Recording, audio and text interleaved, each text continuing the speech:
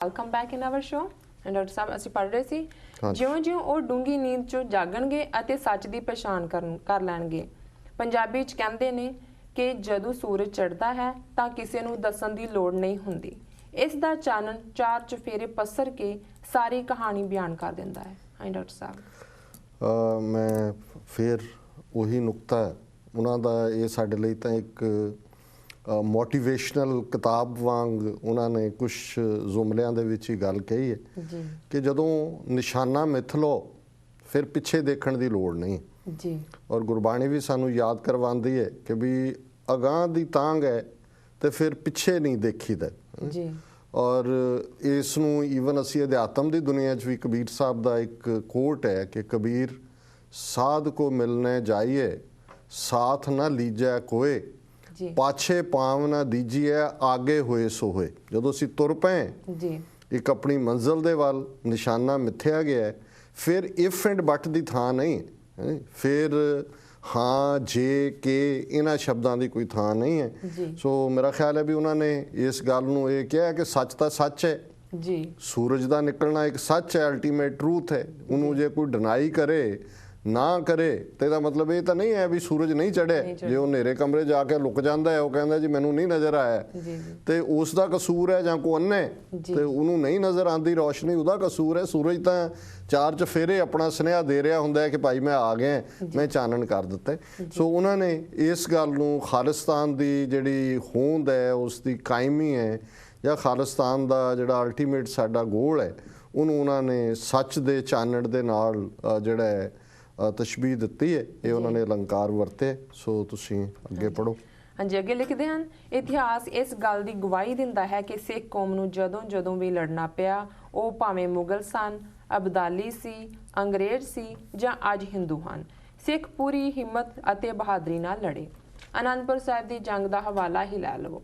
ਇੱਕ ਪਾਸੇ ਮੁਗਲਾਂ ਅਤੇ ਪਹਾੜੀ ਹਿੰਦੂ ਰਾਜਿਆਂ ਦੀ ਲੱਖਾਂ ਵਿੱਚ ਫੌਜ ਸੀ, ਪਰ ਦੂਸਰੇ ਪਾਸੇ ਗੁਰੂ ਗੋਬਿੰਦ ਸਿੰਘ ਜੀ ਦੇ ਨਾਲ ਥੋੜੇ ਜਿਹੇ ਸਿੱਖ ਸਨ, ਪਰ ਸਿੱਖ ਜੇਤੂ ਰਹੇ। ਕਿਉਂ?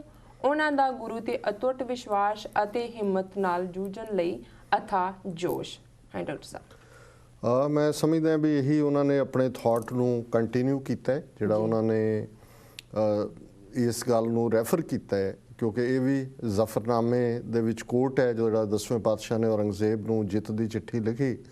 ਉਹਦੇ 'ਚ ਉਹਨਾਂ ਨੇ ਕਿਹਾ ਕਿ ਵੀ ਇਹ ਤਾਂ ਅਸੀਂ ਜੇ ਆਨੰਦਪੁਰ ਦਾ ਕਿਲ੍ਹਾ ਹੈ ਜਾਂ ਚਮਕੌਰ ਦੀ ਗੜ੍ਹੀ ਹੈ, 40 ਭੁੱਖੇ ਭਾਣੇ ਸਿੱਖ ਤੁਹਾਡੀਆਂ ਲੱਖਾਂ ਦੀ ਫੌਜ ਨੇ ਘੇਰਿਆ ਸਾਨੂੰ, ਪਰ ਸਾਡਾ ਤਕੀਆ ਅੱਲਾ ਦੇ ਉੱਤੇ ਹੈ, ਰੱਬ ਦੇ ਉੱਤੇ ਸੀ, ਔਰ ਅਸੀਂ ਸੱਚ ਦੇ ਰਸਤੇ ਦੇ ਪਾਂਧੀ ਹਾਂ। ਔਰ ਤੂੰ ਆਪਣੇ ਆਪ ਨੂੰ ਦੇਖ ਕਿ ਵੀ ਤੂੰ ਆਪਣੇ ਆਪ ਨੂੰ ਮੁਸਲਮਾਨ ਕਹਾਉਂਦਾ ਹੈ, ਕਿ ਤੂੰ ਕੁਰਾਨ ਸ਼ਰੀਫ ਔਰ ਇਸਲਾਮ ਦੀਆਂ ਜਿਹੜੀਆਂ ਬੇਸਿਕਸ ਨੇ ਉਹਨਾਂ ਦੇ ਉੱਤੇ ਤੂੰ ਪਹਿਰਾ ਦਿੰਦਾ। ਸੋ ਇਹੀ ਗੱਲ ਉਹਨਾਂ ਨੇ ਕਹੀ ਹੈ ਵੀ ਜਦੋਂ ਰੱਬ ਤੁਹਾਡੇ ਵੱਲ ਹੁੰਦਾ ਹੈ, ਜਾਂ ਤੁਸੀਂ ਰੱਬ ਦੇ ਰਸਤੇ ਦੇ ਉੱਤੇ ਯਕੀਨ ਦੇ ਨਾਲ ਸੱਚਾਈ ਦੇ ਰਸਤੇ 'ਤੇ ਤੁਰਦੇ ਹੋ, ਤੇ ਫਿਰ ਜਿੰਨੀ ਮਰਜ਼ੀ ਲੱਖਾਂ ਦੀ ਵਿਰੋਧੀ ਲਾਈਨ ਹੋਏ, ਫਿਰ ਜਿੱਤ ਰੱਬ ਤੁਹਾਨੂੰ ਬਖਸ਼ਦਾ ਹੈ, ਕਿਉਂਕਿ ਤੁਹਾਡੇ ਪੱਲੇ ਸੱਚ ਹੁੰਦਾ ਹੈ। ਜੀ ਹਾਂ ਡਾਕਟਰ ਸਾਹਿਬ। ਭਾਈ ਸਾਹਿਬ, ਮੈਂ ਤੁਹਾਡੇ ਅਤੇ ਦੂਸਰਿਆਂ ਨਾਲ ਇਹ ਸਾਂਝ ਪਾਉਣੀ ਚਾਹੁੰਦਾ ਹਾਂ ਕਿ TV 84 ਖਾਲਿਸਤਾਨ ਦੀ ਲਹਿਰ ਦੀ ਇੱਕ ਬਹੁਤ ਵੱਡੀ ਪ੍ਰਾਪਤੀ ਹੈ। ਸਿਰਫ ਕੁਝ ਅਕਲ ਦੇ ਅੰਨੇ ਲੋਕ ਹੀ ਇਸ ਮਹਾਨ ਪ੍ਰਾਪਤੀ ਪ੍ਰਤੀ ਨਾਪੱਖੀ ਰਵੱਈਆ ਰੱਖ ਸਕਦੇ ਹਨ।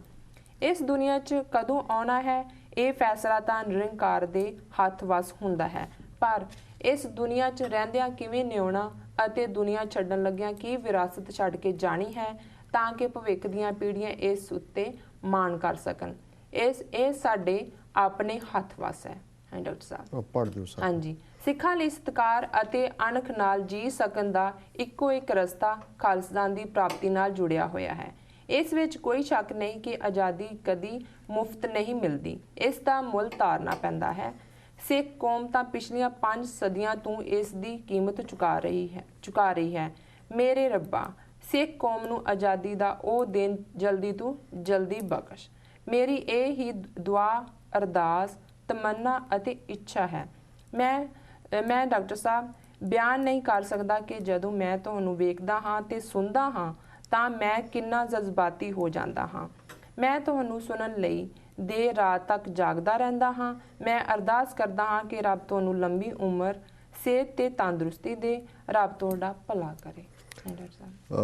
ਰਿਆਜ਼ ਸਾਹਿਬ ਦੇ ਜਜ਼ਬਿਆਂ ਜਾਂ ਭਾਵਨਾਵਾਂ ਦੀ ਤਰਜਮਾਨੀ ਉਹਨਾਂ ਦੇ ਸ਼ਬਦ ਕਰਦੇ ਨੇ, ਪਰ ਸ਼ਾਇਦ ਅਸੀਂ ਜਿਵੇਂ ਉਹਨਾਂ ਦੀ ਲਿਖਤ ਤੋਂ ਮੁਤਾਸਰ ਹੋਏ ਹਾਂ, ਪ੍ਰਭਾਵਿਤ ਹੋਏ ਹਾਂ ਜੀ, ਉਹਦੇ ਲਈ ਮੇਰੇ ਕੋਲ ਸ਼ਬਦ ਨਹੀਂ ਨੇ।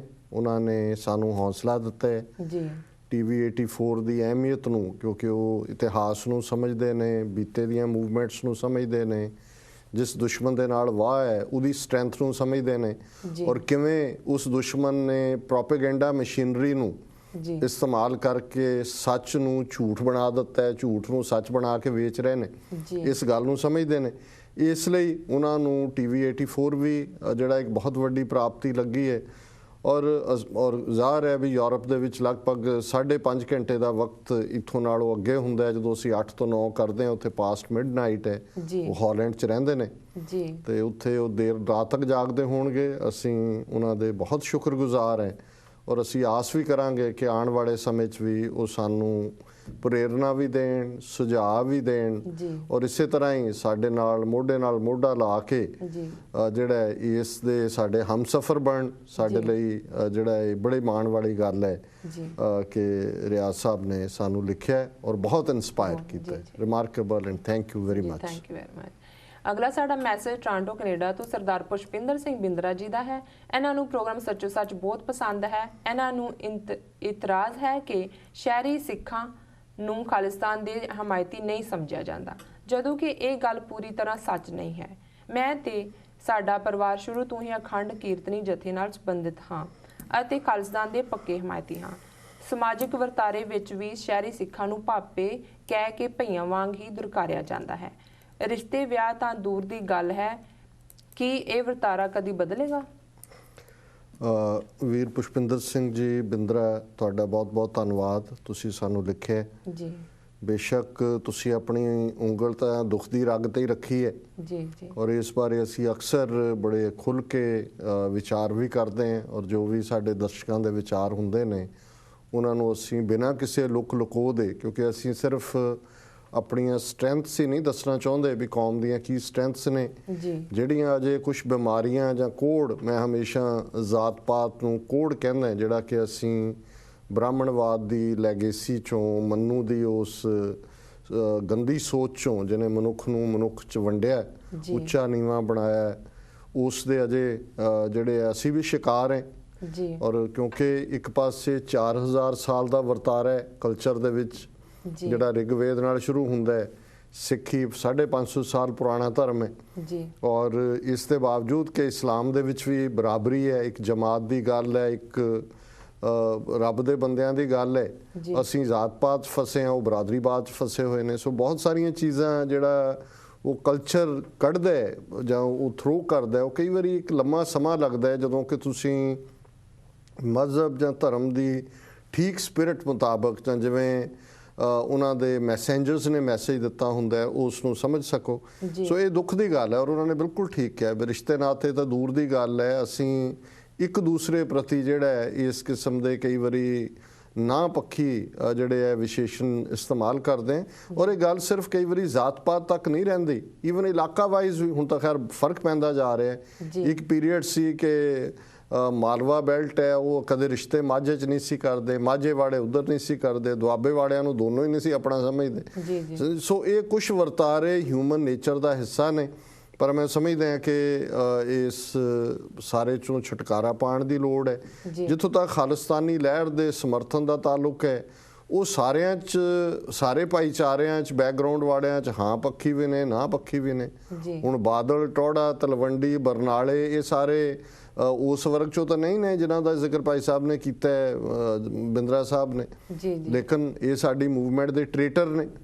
ਹੁਣ ਇਹ ਨਹੀਂ ਹੈ ਉਹਦੇ 'ਚ, ਜੇ ਇੱਕ ਪਾਸੇ ਸੰਤ ਜਰਨੈਲ ਸਿੰਘ ਖਾਲਸਾ ਪਿੰਡਾਂ ਵਾਲੇ ਲੜ ਰਹੇ ਨੇ ਸੱਚ ਹੱਕ ਇਨਸਾਫ ਲਈ, ਜਿਹੜਾ ਦੁਸ਼ਮਣ ਫੌਜ ਦਾ ਮੇਜਰ ਜਨਰਲ ਬਣ ਕੇ ਆਇਆ ਉਹ ਬੜਾ ਬਰਾੜ ਆਪਣੇ ਆਪ ਨੂੰ ਬੜੇ ਫਖਰ ਨਾਲ ਕਹਿੰਦਾ। ਸੋ ਇਹ ਨਾਲ ਹੀ ਰਹਿਣੇ ਨੇ, ਤੇ ਮੇਰਾ ਖਿਆਲ ਹੈ ਵੀ ਤੁਹਾਡਾ ਵਿਸ਼ਵਾਸ ਮਜ਼ਬੂਤ ਰਹਿਣਾ ਚਾਹੀਦਾ ਹੈ ਕੌਮ ਦੇ ਲਈ ਔਰ ਖਾਲਿਸਤਾਨ ਦੇ ਕੌਜ਼ ਦੇ ਲਈ। ਔਰ ਸਰਟਨਲੀ ਜਿਹੜੀ ਬਿਮਾਰੀ ਸਾਨੂੰ ਇਹ ਚੰਬੜੀ ਹੋਈ ਹੈ ਉਹਦੇ ਤੋਂ ਅਸੀਂ ਛੁਟਕਾਰਾ ਪਾਈਏ, ਕਿਉਂਕਿ ਗੁਰੂ ਸਾਹਿਬ ਦੇ ਉਪਦੇਸ਼ਾਂ ਵੱਲ ਪਿੱਠ ਕਰਨ ਵਾਲੀ ਗੱਲ ਹੈ ਜਿਹੜਾ ਵੀ ਜ਼ਾਤ ਪਾਤ 'ਚ ਯਕੀਨ ਰੱਖਦਾ। ਜੀ ਡਾਕਟਰ ਸਾਹਿਬ, ਇਹ ਮੈਸੇਜ ਫਰੀਮਾਂਟ ਕੈਲੀਫੋਰਨੀਆ ਤੋਂ ਸਰਦਾਰ ਮਲਵਿੰਦਰ ਸਿੰਘ ਮੱਲੀ ਜੀ ਦਾ ਹੈ। ਇਹਨਾਂ ਨੂੰ ਪ੍ਰੋਗਰਾਮ ਸੱਚੋ ਸੱਚ ਬਹੁਤ ਪਸੰਦ ਹੈ ਤੇ ਟੀਵੀ 84 ਨਿਊਜ਼ ਵਿੱਚ ਵੀ ਇਹਨਾਂ ਦੀ ਦਿਲਚਸਪੀ ਹੈ। ਇਹਨਾਂ ਦਾ ਸਵਾਲ ਹੈ, ਜਦੋਂ ਤੱਕ ਕੋਈ ਬੇਇਨਸਾਫੀ ਦਾ ਕੇਸ ਸਾਹਮਣੇ ਆਉਂਦਾ ਹੈ, ਜਿਵੇਂ ਭਾਈ ਰਾਜਵਾਨਾ ਨੂੰ ਫਾਂਸੀ, ਪ੍ਰੋਫੈਸਰ ਭੁੱਲਰ ਨੂੰ ਫਾਂਸੀ, ਸੱਜਣ ਕੁਮਾਰ ਨੂੰ ਬਰੀ ਕਰਨਾ, ਸਾਡਾ ਹੱਕ ਫਿਲਮ ਤੇ ਪਾਬੰਦੀ ਆਦਿ ਤਾਂ ਇੱਕਦਮ ਸਿੱਖ ਕੌਮ ਉੱਠ ਖਲੋਂਦੀ ਹੈ, ਪਰ ਕੁਝ ਦਿਨਾਂ ਬਾਅਦ ਫਿਰ ਚੁੱਪਚਾਪ ਵਰਤ ਜਾਂਦੀ ਹੈ। ਸਾਡਾ ਇਹ ਰੋਸ ਇੱਕ ਲਹਿਰ ਵਿੱਚ ਤਬਦੀਲ ਕਿਉਂ ਨਹੀਂ ਹੁੰਦਾ? ਡਾਕਟਰ ਸਾਹਿਬ। ਸਰ ਮਲਵਿੰਦਰ ਸਿੰਘ ਮਰਲੀ ਜੀ ਦਾ ਬਹੁਤ ਬਹੁਤ ਧੰਨਵਾਦ, ਉਹਨਾਂ ਨੇ ਸਾਨੂੰ ਫਰੀਮੌਂਟ ਤੋਂ ਲਿਖੇ ਜੀ। ਔਰ ਇਹੋ ਜਿਹੀ ਚਰਚਾ ਜਿਹੜੀ ਇਸ ਸਵਾਲ ਦੀ ਅੱਜ ਵੀ ਰੇਡੀਓ ਪ੍ਰੋਗਰਾਮ ਅੱਜ ਦੀ ਆਵਾਜ਼, ਜਿਹਦੇ ਤੇ ਮੈਂ ਹਰ ਬੁੱਧਵਾਰ 6:30 ਤੋਂ 7:30 ਤੱਕ ਹੁੰਦਾ ਹੈ, ਆਲਮੋਸਟ ਪਿਛਲੇ 14 ਸਾਲ ਤੋਂ ਇਹ ਪ੍ਰੋਗਰਾਮ ਚੱਲਦਾ ਹੈ, ਔਰ ਅੱਜ ਵੀ ਇਸ ਕਿਸਮ ਦਾ ਇੱਕ ਸਵਾਲ ਇੱਕ ਸਰੋਤੇ ਵੱਲੋਂ ਸੀ। ਦੇਖੋ, ਇਹਦੇ 'ਚ ਕੋਈ ਸ਼ੱਕ ਨਹੀਂ ਹੈ ਵੀ ਅਸੀਂ ਇਹ ਜਿਹੜਾ ਭਾਈ ਰਾਜੋਆਣਾ ਦਾ ਮੁੱਦਾ ਹੋਏ, ਪ੍ਰੋਫੈਸਰ ਭੁੱਲਰ ਦਾ ਹੋਏ ਜਾਂ ਸਾਡਾ ਹੱਕ ਦਾ ਹੋਏ, ਕੌਮ ਦੇ ਵਿੱਚ ਇੱਕ ਉਭਾਰ ਹੁੰਦਾ ਹੈ, ਉਹ ਮੈਸੇਜ ਹੁੰਦਾ ਹੈ ਕਿ ਕੌਮ ਦੇ ਸੈਂਟੀਮੈਂਟਸ ਕੀ ਨੇ ਜੀ। ਪਰ ਕਿਉਂਕਿ ਸਾਡੇ ਕੋਲ ਵਾਇਬਲ ਪੋਲੀਟੀਕਲ ਫੋਰਸ ਅਸੀਂ ਪੰਜਾਬ ਦੇ ਵਿੱਚ ਨਹੀਂ ਬਣਾ ਸਕੇ, ਇਹੀ ਕਾਰਨ ਹੈ ਕਿ ਮਿਲੀਟੈਂਸੀ ਜੂਨ 84 'ਚ ਭਿੰਡਰਾਂਵਾਲੇ ਜੂਝ ਕੇ ਸ਼ਹੀਦ ਹੁੰਦੇ ਨੇ, ਸਾਲ ਬਾਅਦ ਚੋਣਾਂ ਹੁੰਦੀਆਂ, ਫਾਇਦਾ ਉਹਦਾ ਸੁਰਜੀਤ ਸਿੰਘ ਬਰਨਾਲਾ ਅਕਾਲੀ ਦਲ ਵਾਲੇ ਲੈਂਦੇ ਨੇ, 2/3 ਬਹੁਮਤ ਨਾਲ ਜਿੱਤਦੇ ਨੇ ਕਿਉਂਕਿ ਸਾਡੇ ਕੋਲ ਕੋਈ ਪਲੇਟਫਾਰਮ ਨਹੀਂ ਹੈ। 1995 ਦੇ ਵਿੱਚ ਪੰਜਾਬ ਦਾ ਮੁੱਖ ਮੰਤਰੀ ਬੇਅੰਤ ਸਿੰਘ, ਉਸ ਨੂੰ ਸਜ਼ਾ ਯਾਫਤਾ ਕਰਦੇ ਨੇ ਭਾਈ ਦਿਲਾਵਰ ਸਿੰਘ, ਤੇ ਉਸ ਤੋਂ ਬਾਅਦ ਬਾਦਲ ਪਾਵਰ 'ਚ ਆ ਜਾਂਦਾ 96-97 ਵਿੱਚ, ਕਿਉਂਕਿ ਸਾਡੇ ਕੋਲ ਕੋਈ ਪੋਲੀਟੀਕਲ ਨੈਟਵਰਕਿੰਗ ਨਹੀਂ ਹੈ। ਸੋ ਅੱਜ ਵੀ ਜਿਹੜਾ ਉਭਾਰ ਹੈ ਕੌਮ ਦਾ, ਕੌਮ ਤਾਂ ਦੱਸਦੀ ਹੈ ਕਿ ਕੌਮ ਜ਼ਿੰਦਾ ਕੌਮ ਹੈ, ਲੇਕਿਨ ਇੱਕ ਪੋਲੀਟੀਕਲ ਮਸ਼ੀਨਰੀ ਨਾ ਹੋਣਾ, ਇੱਕ ਉਸ ਨੂੰ ਅੱਗੇ ਲਿਜਾਣ ਵਾਲੀ, ਲੋਕ ਤਾਂ ਜਜ਼ਬਾਤੀ ਹੁੰਦੇ ਨੇ, ਲੋਕ ਇੱਕ ਮੁੱਦੇ ਤੇ ਆ ਕੇ ਆਪਣਾ ਪ੍ਰਭਾਵ ਦਿੰਦੇ ਨੇ, ਉਸ ਤੋਂ ਬਾਅਦ ਪੋਲੀਟੀਕਲ ਲੀਡਰਸ਼ਿਪ ਦਾ ਕੰਮ ਹੁੰਦਾ ਹੈ ਕਿ ਉਹਨਾਂ ਦੇ ਸੈਂਟੀਮੈਂਟਸ ਨੂੰ ਪੋਲੀਟੀਕਲ ਈਡੀਅਮ 'ਚ, ਪੋਲੀਟੀਕਲ ਪ੍ਰਾਪਤੀ 'ਚ ਕਿਵੇਂ ਕਨਵਰਟ ਕਰਨਾ। ਸੋ ਇਹ ਲੋਕਾਂ ਦਾ ਕਸੂਰ ਨਹੀਂ ਹੈ, ਮੈਂ ਸਮਝਦਾ ਸਾਡਾ ਕਸੂਰ ਹੈ, ਸਾਡੀ ਲੀਡਰਸ਼ਿਪ ਦਾ ਕਸੂਰ ਹੈ, ਪੰਜਾਬ 'ਚ ਬੈਠੀਆਂ ਸਾਡੀਆਂ ਧਿਰਾਂ ਦਾ ਕਸੂਰ ਹੈ ਕਿ ਅਸੀਂ ਉਹਨਾਂ ਸੈਂਟੀਮੈਂਟਸ ਨੂੰ ਇੱਕ ਪੋਲੀਟੀਕਲ ਮੂਵਮੈਂਟ 'ਚ, ਇੱਕ ਪੋਲੀਟੀਕਲ ਈਡੀਅਮ 'ਚ ਨਹੀਂ ਕਨਵਰਟ ਕਰ ਸਕੇ। ਜੀ ਡਾਕਟਰ ਸਾਹਿਬ, ਇੱਥੇ ਲੈਣੇ ਇੱਕ ਛੋਟਾ ਜਿਹਾ ਬ੍ਰੇਕ। ਵੀਰ ਜੀ, ਸਾਡਾ ਪ੍ਰੋਗਰਾਮ ਇਸ ਤਰ੍ਹਾਂ ਹੀ ਦੇਖਦੇ ਰਹੋ, ਮਿਲਦੇ ਹਾਂ ਇੱਕ ਛੋਟੇ ਜਿਹੇ ਬ੍ਰੇਕ ਤੋਂ ਬਾਅਦ।